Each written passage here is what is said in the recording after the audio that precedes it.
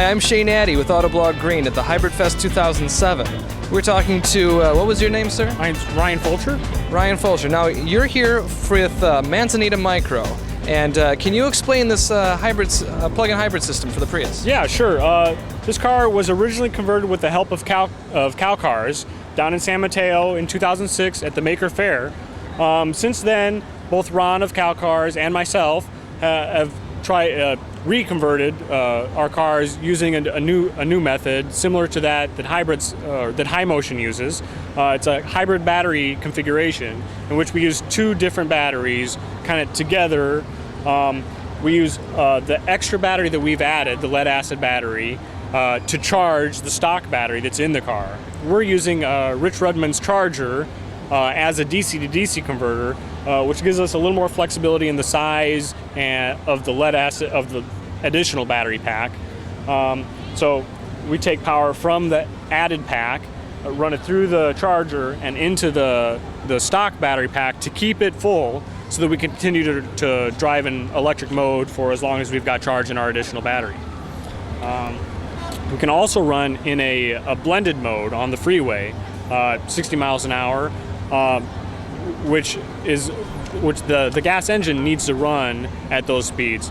But with the extra electric power that we can push into the system, it uses about half the gas that it normally does. So instead of getting 50 miles per gallon, it gets 100 miles per gallon on the freeway for as long as we have power to do that.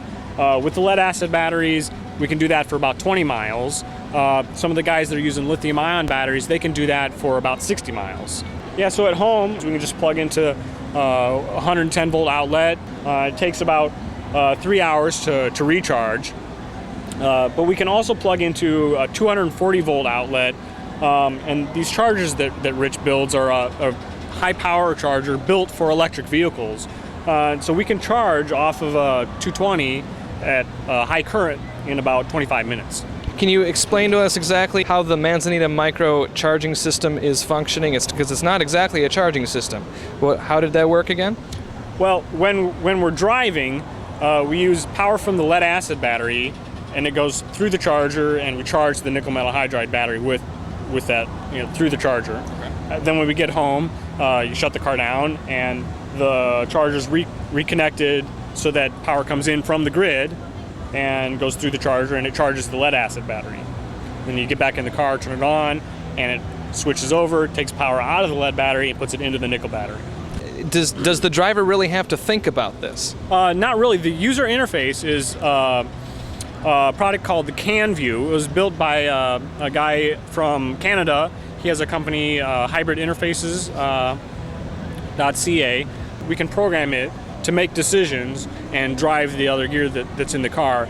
And both Cal Cars and Rich's PI Prius kits use the Hybrid Interfaces CanView. How much does a kit like this cost usually? Well, I've got probably about $5,000 in hardware and a lot of labor. This is kind of the first car that Rich is working on to put the kits that he's working on together. It was originally done with a donated time and effort and equipment from Cal Cars, so there's a lot of kind of free labor and parts in this. Rich is selling kits for between $10,000 to $12,000. So, if you're experienced with the car, familiar with the car and the installation, you could probably do it in a day. Otherwise, it might take a weekend if you weren't quite as familiar with the car. What's your motivation in promoting this conversion? Well, I'm kind of on the same page as Cal Cars. I want Toyota and GM and Ford to get into plug-in hybrids, right? So my goal is actually to put myself and Rich out of business and to get Toyota to make these things, undercut us, right? And get them in the dealer so that my mom can buy one and my sister can buy one and they can drive one. It's got a warranty and all that stuff. So mostly I'm doing this to, as a proof of concept, to say that, hey, some guy in his garage can put this stuff together. Toyota can do it, right? They can do a better job than I can do. They can do it for cheaper than I can do it. Very modest. So that's really why I'm doing it. In the end, I'm just trying to kind of get the information out there and, let people know what a plug-in hybrid is and why they don't know that they want one yet. What alternative fuel do you think is best? That's an easy one. Electricity as an alternative is the best alternative fuel because, I can't put an oil rig in my backyard, right? I can't pump oil. I can't refine it into gas. I can't, grow acres of corn, soybean, sugarcane, whatever, and turn that into ethanol. But at my home, right, I can do wind, I can do solar, I can make my own fuel that way, right? Cities and counties can install wind farms. I was running the numbers, and one of those those large modern windmills can, in a day produces thousands of miles worth of electric vehicle mileage, right? So, there's cheap, clean, domestic, renewable fuels for vehicles if you could plug them in and, use electricity as a fuel. The Earth's energy budget, right, all this energy that comes from the sun is just, there's a phenomenal amount of energy. Even if we could only, capture just a fraction of a percentage of that power, we could run everything, right? So it's out there. We're getting it right now, right? All the time, everywhere, evenly, all over the Earth, right? Just start using it, right? Yeah. Now, is it kind of a different question from what I asked? Which alternative fuel do you think is going to win? I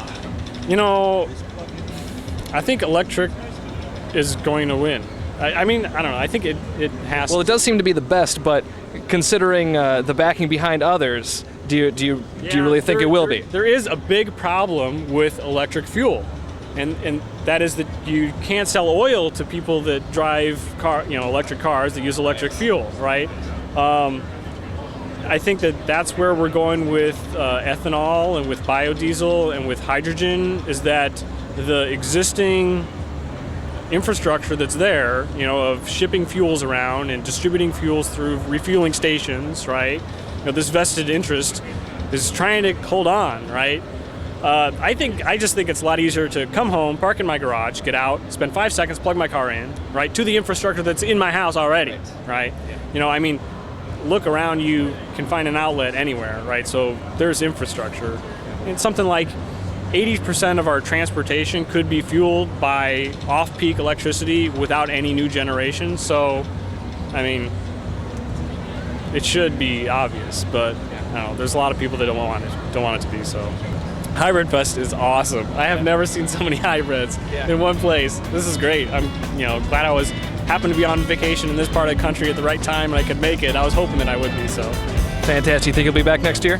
I think I might try to schedule my vacation around this time next year. Yeah. All right, great. Well, we hope to see you. Thanks for talking to us, Ryan. Yeah, no problem.